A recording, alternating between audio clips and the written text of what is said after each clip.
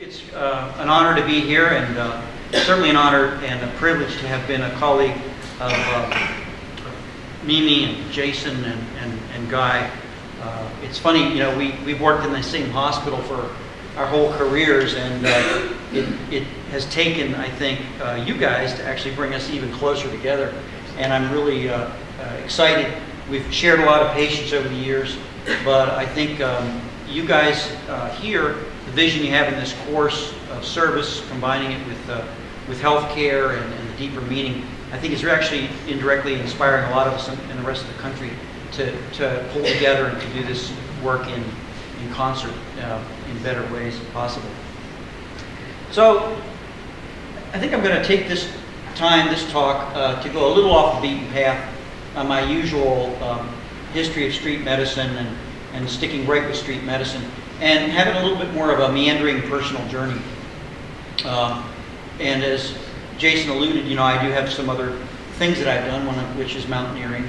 And maybe as young future healthcare or other professionals, maybe some of the story of my journey might be a little bit informative to you as well.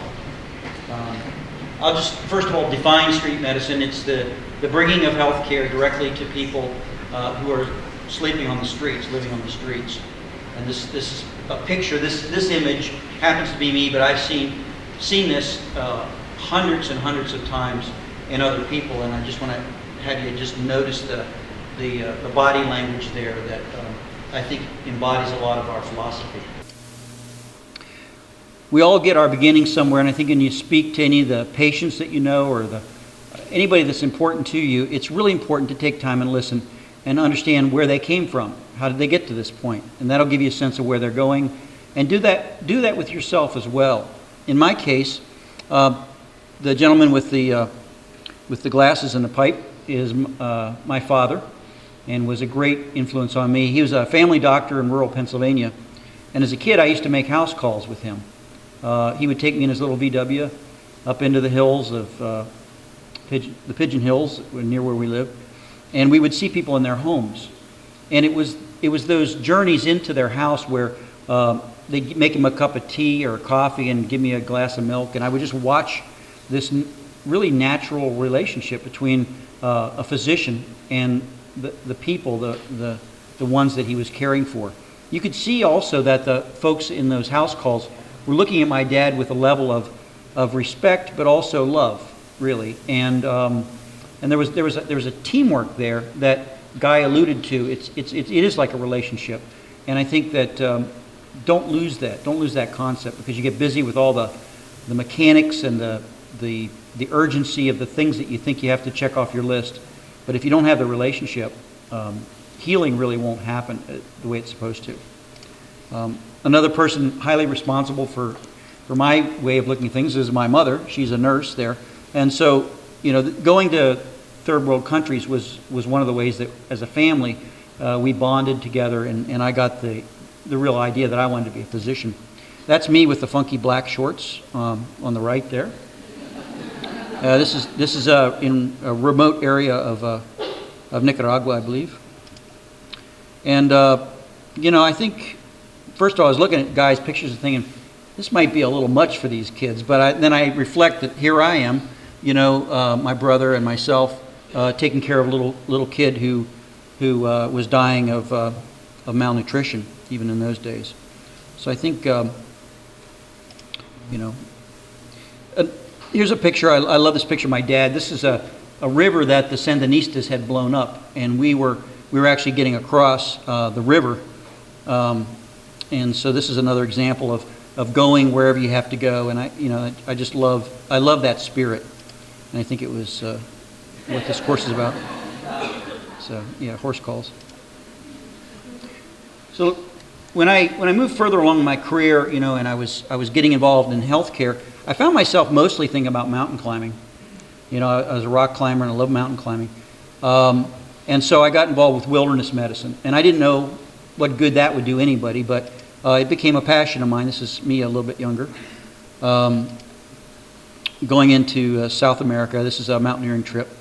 And you get yourself into some pretty remote places. So as a physician, then I began to specialize in carrying medical equipment. These are stuff that you'd carry maybe on your own, and the kind of medical bag that you might put together if you're going into the remote areas where you really had the responsibility not just taking yourself, but the other members of the team. So I got more and more comfortable with putting medical supplies in a backpack and carrying it.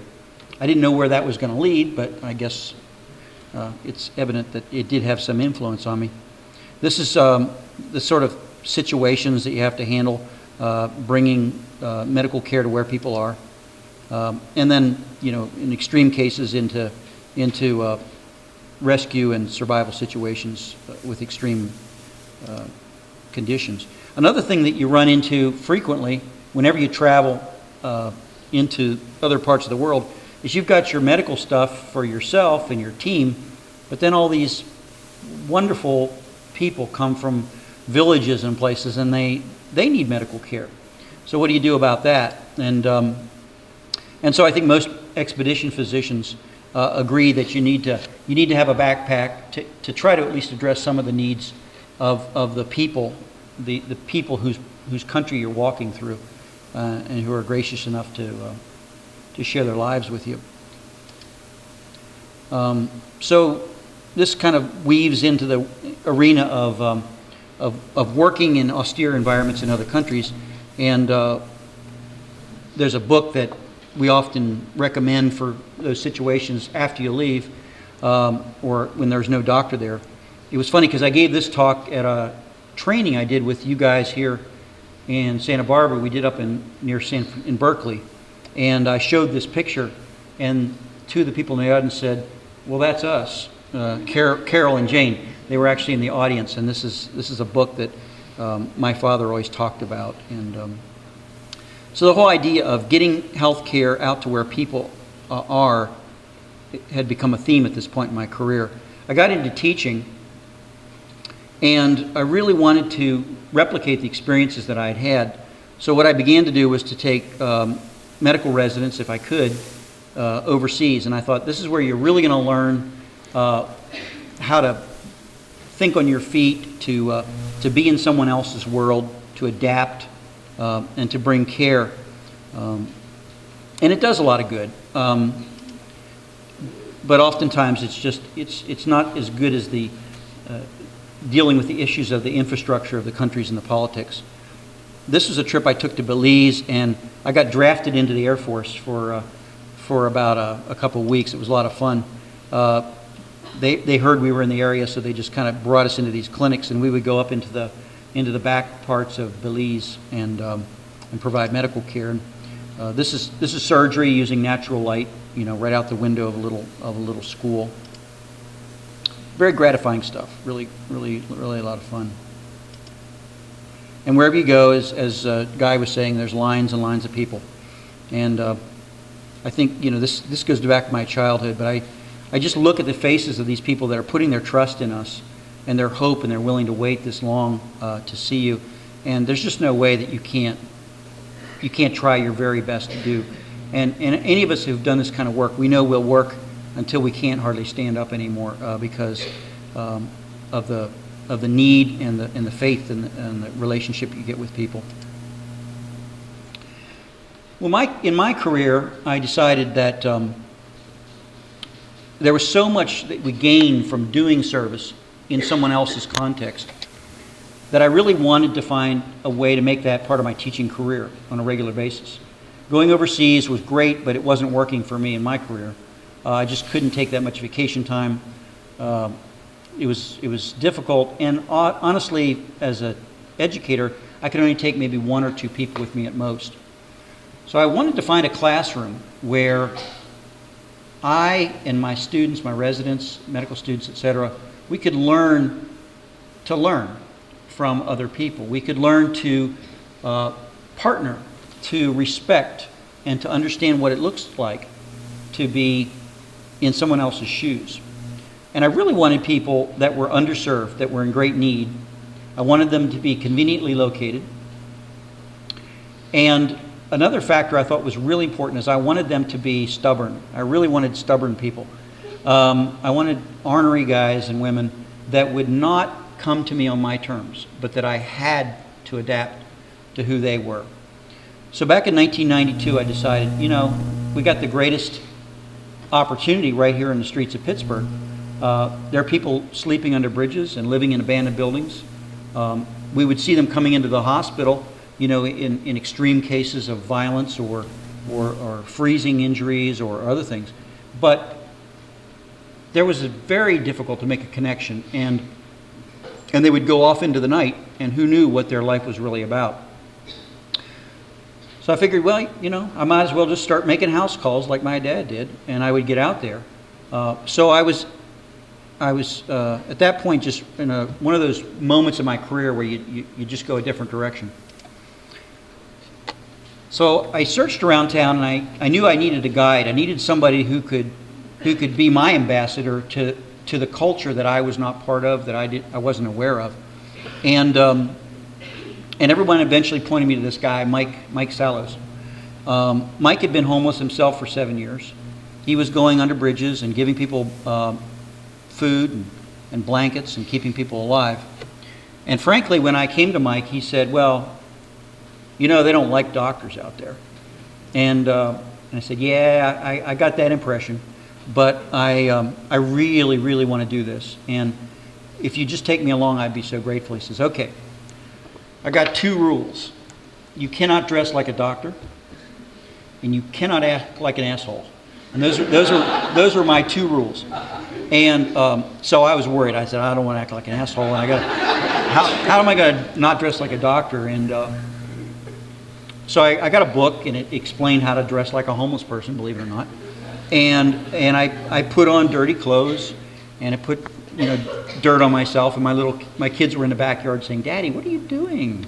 And I tried to explain, I'm going to visit some special people. And well, what kind of special people? Well, they're homeless. They don't have homes.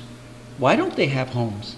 And you can imagine how the questions at that point. From then on, it's just been a journey of more and more questions than answers than anything. But it's also been an incredible journey. And here we are, trespassing somewhere in downtown Pittsburgh, just the 2 of us. And so I began to sneak out at night with Mike, and he showed me the campsites and the locations. Kept me out of trouble for the most part, and we began to become friends and partners in something new. Pretty soon, I got familiar with the streets, and it got really hard to go home at night. I would get to know these people, folks, as human beings, as friends. And I just remember one night it was raining, and I realized I'm not thinking about the beautiful sound of the rain. I'm thinking about a 79-year-old lady who's curled up next to a dumpster. And I thought, uh-oh, I'm in trouble now, because these are human beings now. They're not just those people. These are my friends. And at that point, there was no turning back.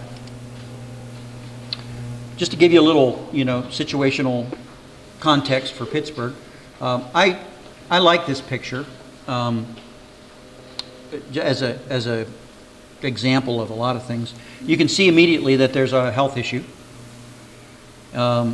In fact, the number 1 cause recently of home loss has been cited as health issues. So, as your health deteriorates, you lose your jobs, your friends, your supports, and if you have any weakness, any sense of I'm no good, any messages from when you were a kid, any addictions or mental health issues, then it's like being part of a herd. You're the one the lion's going to get.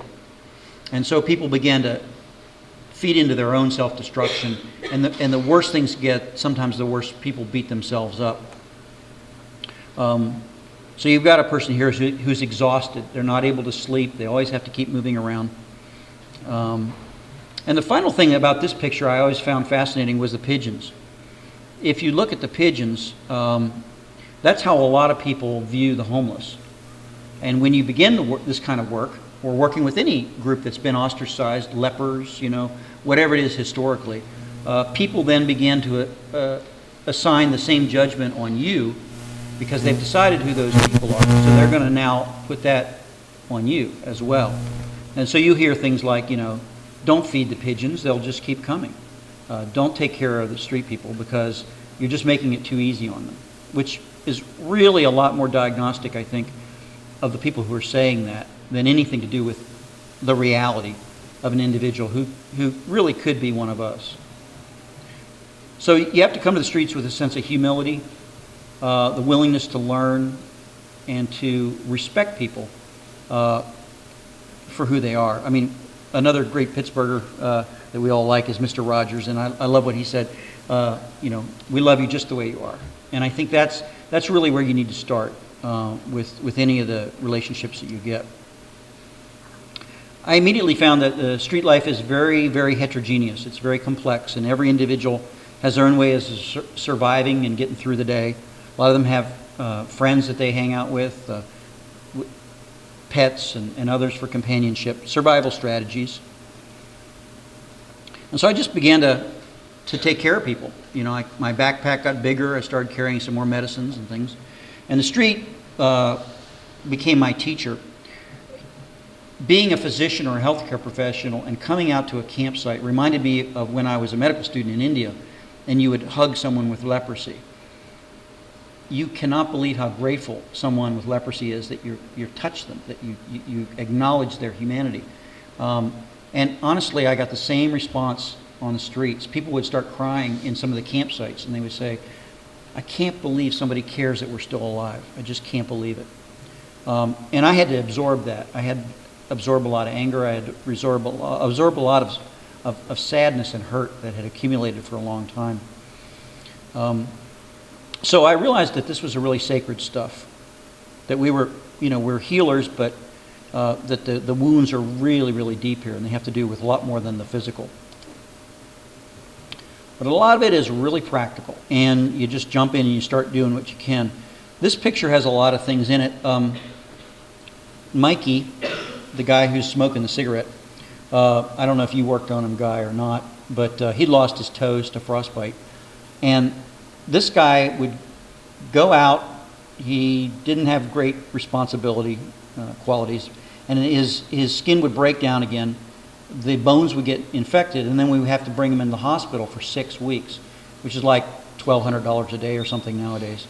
And so he would come back another 6 weeks, and just because no one was really getting to where this guy was, he's costing the health system millions of dollars, one guy. So, this is my argument for hospital administrators. You could save a lot by getting out and dealing with what's going on. It's kind of like trying to take care of a patient without going in the room. It just doesn't make sense. Another thing I love about this picture is the guy holding the flashlights. He's still homeless. He's still on the street, and he's part of our crew. And we'd pick him up and we'd drop him off at his campsite. But he was a volunteer just like the rest of us. My pack got bigger. I realized that I needed Ziploc bags in case it rained. It does rain in Pittsburgh, unlike here. And so you got to deal with these things. And then each Ziploc bag would have different types of medicines in it. And again, the philosophy is the street was teaching us what we needed to do. Just the things that would go in there. And honestly, I wish this on all of you, a chance to create something from scratch. Very early on, I realized, well, what kind of records can you keep on these folks? Because I'm writing it down, but this guy's name was not Bobby last week. It was Stevie, and this guy was actually, Superman, and these kind of things. And it was just like, oh my gosh. And so I began to keep records that were paper that would have all the aliases listed, and that would list who you had to ask to find out where they really were. And stuff like that. And this guy never talks to you, but you knew he was the guy with the mohawk, or he had that tattoo. So you began recording that stuff. And I realized really quickly, this is computer stuff. I need a guy with the computer skills. And fortunately, even back in '92, the guy in the office next to me was a computer guy, and he said, I'll do that. So we set up a information system, which we have many iterations of, but it's still going. And now it's web-based, so right here I could flip my phone out and I could find out what's the latest on any of our clients. But this is great because we're able to create something that fit that person's world and that person's reality. And that's what everything we've done has been a search to do. The street divides itself into two basic types of folks. They're the people that know the color of your car, and when you're coming around the corner, they're already there and they're ready to get you. And they want to ask you for this, and they want to talk about this, and whatever. And then there's the other group that you have to chase, you know. And Mike here in the front, he calls the people that do that, the volunteers, hunter-gatherers. So there's a kind of volunteer that loves to go and track people down. And so we break up our teams into those two groups, and the ones in the van are the ones that have the skills or the interest to sit and talk. But we'll go anywhere there's a street person. In Pittsburgh in the summer, there's a lot of camps on the river, so we have kayak rounds. And that's why I can kayak. These are just some medical pictures. Nothing quite as maybe advanced as what Guy said, but some stuff that speaks to the street and some of the cases I think we have shared. This is a trench foot. I understand you had someone here lose some toes this year, which was a real surprise to me from the cold. But it can happen, I guess. We had a guy lose all his toes this year, but that's the first time in a number of years that we've had that happen.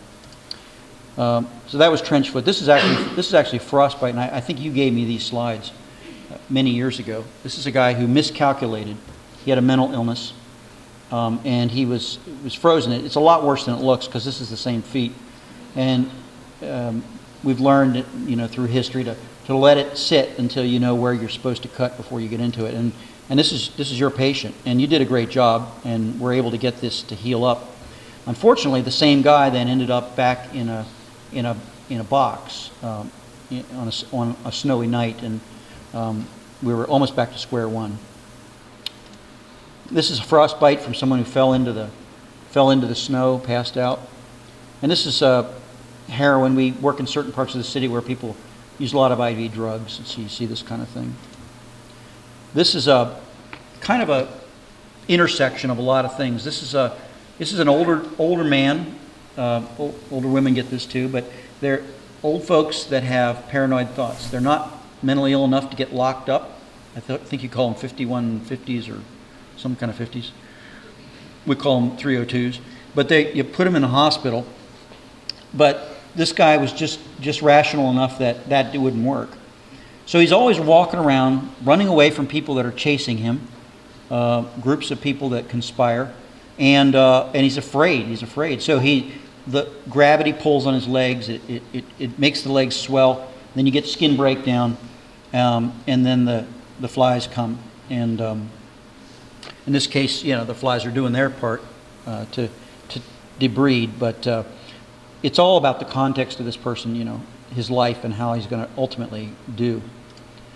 This is an example of something that's really shameful and sad. Throughout this country, homeless people are, every day probably, are beaten, they're stabbed, their legs are broken with cinder blocks, they're run over. In this case, they have gas thrown on them and they're lit up.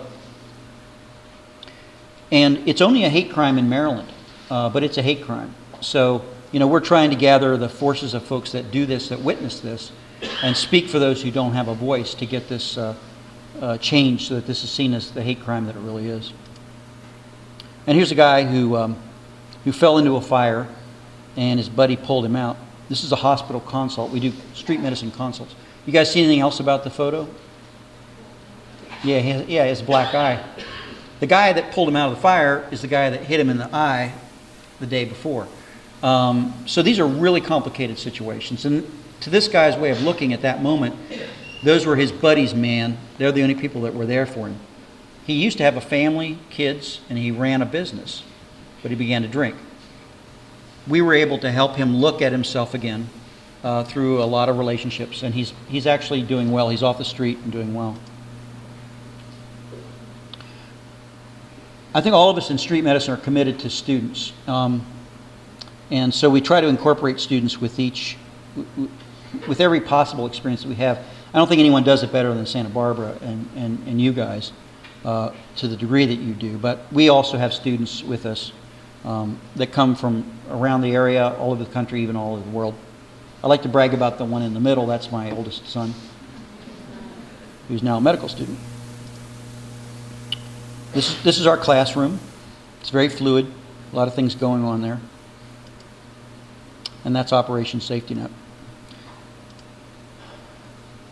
What happened to me personally, I don't know how much more time I've got. Plenty of time. Good? We got through until 8:30, so. All right. So this, I got involved in this. I had no idea that would lead to all this, but I couldn't stop once I got started. And fortunately, other people with more talent and skills joined, and we were able to create what we now call a street medicine program. And I think, we could do it better, but it's very gratifying to look back and think about how things were before we started this work, and how much better we've become as a community because we've all been able to rally behind this. But if you do something like this, you may find yourself in a kind of a lonely place. And that I did. I felt like I was really straying outside the barn pretty far with this kind of work. And I wasn't sure if I was crazy. I knew I was doing something that was important, but frankly, I didn't know how my peers looked at it. And there was no one to talk to about it. There was no other street docs that I knew anywhere. So I happened to be in India in '93 for other reasons, and I heard about a doctor up in Kolkata now, who had been working on the streets since 1979, and he's still there. He's 80 years old. He's awesome, and I hope you guys can meet him. Dr. Jack Prager, and that he had been going into the streets and working directly with the street people. So I went up to Calcutta, and these are just some of the scenes of some of the poor people that I saw. It's hard to say what is homelessness there because this is like housing, and it's like a spectrum. Where does it stop? And I'm sure that's the way Haiti feels at this point. But Jack, he's here on the right. He really opened my eyes. It was like an epiphany. It was like meeting another guy, another person that understood. And as I got to look at his work and see how he handled problems, I thought, oh, that's how I did that. Oh, I could have done it like that. Oh, I didn't think of that. That's a great idea. And so immediately I had someone to talk to. It's like someone from the same spaceship. And I said, this is like a field of medicine. And it really got me jazzed, and I'm still going on that kind of fuel ever since. And I felt at that point I need to dedicate myself to finding anybody else who is doing this or who wants to do this and connect them, because this really is a field of medicine that needs to be identified and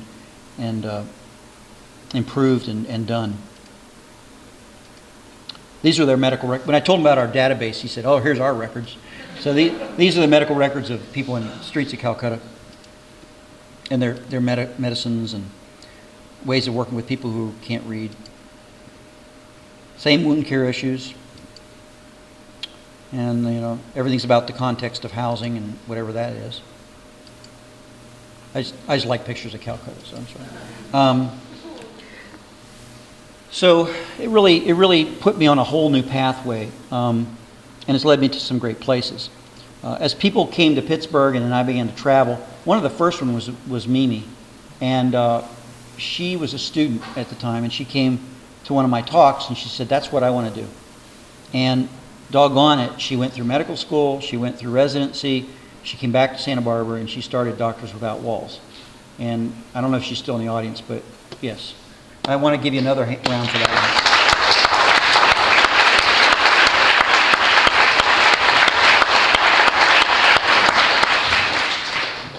And it does. It takes a I think it is in the Lorax, Dr. Seuss. There's a line. I wish I could quote it now, if anyone knows it, but it takes someone like you to do something, and if you don't, nothing will get done. But one by one, I began to find other folks that came from the same spaceship or wanted to jump on. And this is one. This is Cleveland. This is Donna Kelly going out there. I stepped in human poop shortly after this picture was taken. But this is Morgantown, West Virginia, Project Mushroom. This is up in Anchorage, Alaska. This is in Columbus, Ohio. Santa Barbara, yay! And actually, this is sort of an offshoot of you guys. We have Maggie here, she's still medical school? She's down in Guatemala now. She's taking a year off before she goes to residency. Okay. So you guys all have wanderlust, but anyway, it's good. It's a good thing. But this is like Santa Barbara and San Diego connecting. But it goes beyond that. This is Copenhagen. This is Stockholm. This is Bangkok. This is Beijing. And so we've seen this explosion, this movement, where people are beginning to recognize each other and get behind this as a movement, and it's a really exciting time. So recently we started what's called the Street Medicine Institute, and this is the image that I ask you to think about, which I like as a part of our symbol, which shows that as long as we respect people and we have the right attitude of humility towards them, I think we'll be able to solve any of the problems that we encounter together. I think I'm going to stop. There's more, but go. All right. All right. Meandering on. And this is another one of the folks that is really one of the leaders of the whole movement. This is, we call him Chaco. He's Dr. Vargas Vidal in San Juan, Puerto Rico, and a good friend of mine. A lot of this is about philosophy, and if you get a chance to go to San Juan or work with him now in Haiti or the places, please grab that chance, because it's like working with a master of the craft. This is him in Puerto Rico, and then we had this earthquake, and I was watching TV, and it was hilarious because I saw Alvaro from Santiago, and he's one of our core street medicine participants, and he flew up like the day afterwards because they have so many earthquakes in Chile. They figured, well, what the heck? And so he came up. It turned out he worked there. He was exhausted. They sent him home, and then they had an earthquake there. So he had a double whammy. But others, such as you guys, and here's Chaco and his gang, went to Haiti. And so the principles of street medicine actually apply quite well to the setting of where there's no infrastructure, basically. Donde no hay infrastructure. Sort of like as an after-dinner treat here, I'll just show you some of the folks that I met in the border of Burma, who also do backpack medicine. This is the Burma Free Rangers, and they train folks from the villages, and then they go in with them to deliver care to people as they run away from the paramilitary groups that kill them. And so it's a similar kind of an organization. And I don't think you'd call this street medicine because there's no streets there, but it's a very similar model. And so we're beginning to link our different organizations increasingly together under a philosophical basis. This is a gun wound. And they do a lot of amputations and things there. All right. So I was in Haiti before the earthquake, and I go into the house, the bedroom, of Dr. and Mrs. Mellon, who started the Albert Schweitzer Hospital there. And I see this on the wall, and I've never seen it before, and it blew me away. And I think it really crystallized a lot of the things that I thought were the essence of what we're talking about here. So I took a picture of it, and I have another version of it here. This is from Lao Tzu from 500 BC, and there's great wisdom in this. He advises us to go to the people. So you go where people are, not just physically, but you have to go to them spiritually and in terms of their reality. You need to live among people to understand what their life is about, to get the sense of that, the flow of it, the challenges. You got to love them. You got to open your heart. Even doctors have to love people. And you get a lot of love back in return.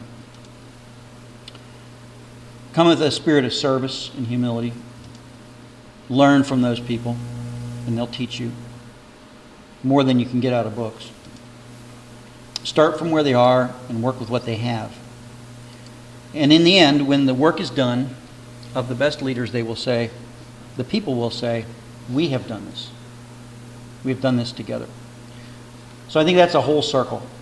Go, connect, build trust, build solidarity, solve problems together, and celebrate community. And this is really I think the message that I see that connects a lot of the things that we're doing. So go to the people.